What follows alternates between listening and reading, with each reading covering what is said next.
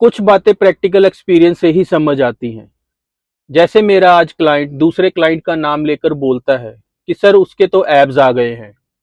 तो मैंने उसको बोला ये एब्स उसके 2 महीने पहले ही आ गए होते, अगर 4 महीने पहले उसने मेरी बात मान ली होती। 4 महीने पहले वो मेरे पास आता था और कंप्लेंट करता था कि सर प्रोग्रेस रुक गई है, रिजल्ट्स नहीं आ रहे।